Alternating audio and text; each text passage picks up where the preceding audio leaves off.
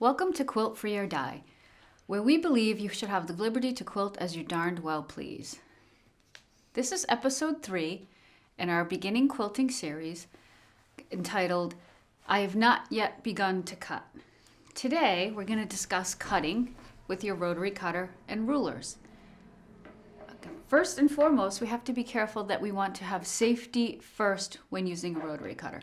You must always make sure that you close the blade cover, Cassie, every time you finish using the rotary cutter.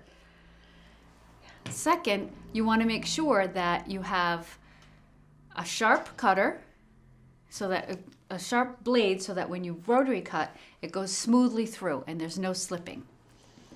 Also, a lot of rulers get a little slippery, so you can buy these dots to put on the back of them, on the back of the rulers in templates that prevent the slipping.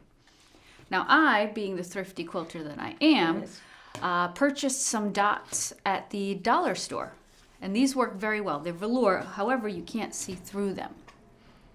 They do have these at the dollar store, and they are clear, but I'm not sure how well they work yet. But these work really well if you want to save a little money and you're just starting out. Now, if it's on a template, it doesn't really matter, No. does it?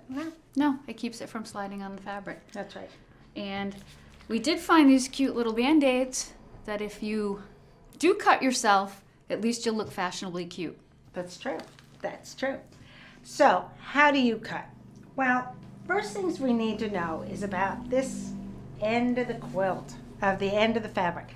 This is called the selvage, and it's the very sides of the quilt. And the selvage is great, but you don't want to use it in your quilt. It has the maker of the fabric. It also has, remember in our first series when we talked about the dots, that's on the selvage. This one is called Fruit Salad, and it's by Greta Lynn, and it's by Benertex. It's fabulous. Look at that color. So when you're cutting, the first thing you want to do is you want to bring your two selvages together. And you want to make sure they're nice and straight. There we go. Then you're going to bring it down onto the mat. Now, and what I do is I run my fingers across it to make sure that I've got both pieces together. Now I'm right-handed, and I'm very right-handed. So the way I make sure that I have a nice clean cut is I take one square ruler and I make sure it's along the edge. Then I take my other ruler and I butt it right up against it. Take my rotary cutter, I open it, go across, and I have a nice clean cut. Billy is left-handed and close it. Billy is ambidextrous, so she can actually just go with both hands.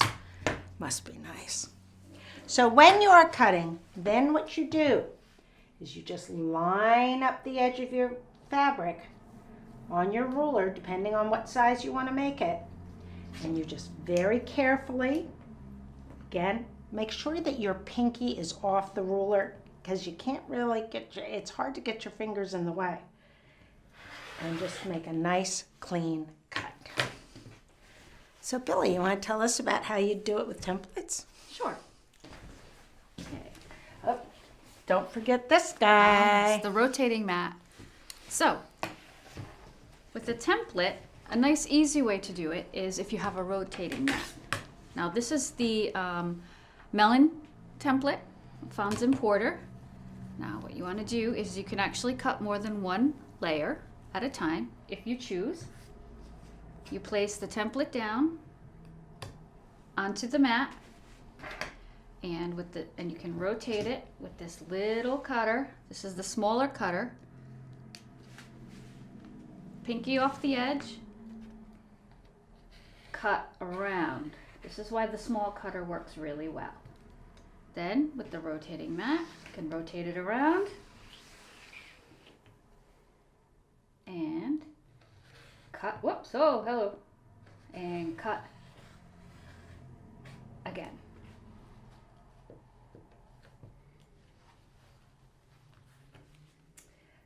I think I need a new blade in my cutter. It's okay. It's all good. Okay. In here, you have your two pieces. Well, those mats are fabulous. They are.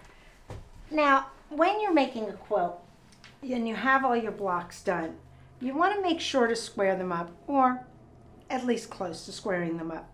Because if they're all the same size, it'll be easier. I have had times when I didn't square them up though, but you know, I'm allowed to quilt free. So, if you're going to square them up, you want to use, and you're a better cutter than I am, so you're doing it. Okay. You want to so- use a square ruler. Yes, the square ruler works great for this. You want to line it up, and as you can see, this is, what, an 8-inch block? 8.5 inch? Yeah, probably an 8.5 inch block. Put it on the line. I may have squared this one up I already. think it's already squared up, but you know, for demonstration purposes, we'll do it again. Cut here, like this, square up the top and the side here, and then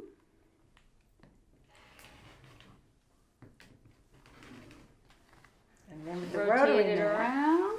Ah, so fabulous. Or if you don't have a rotating mat, you can just flip the block, and then you can do it Other way. Oh, this yeah. way. Lining it up. Always include the line as part of your measurement.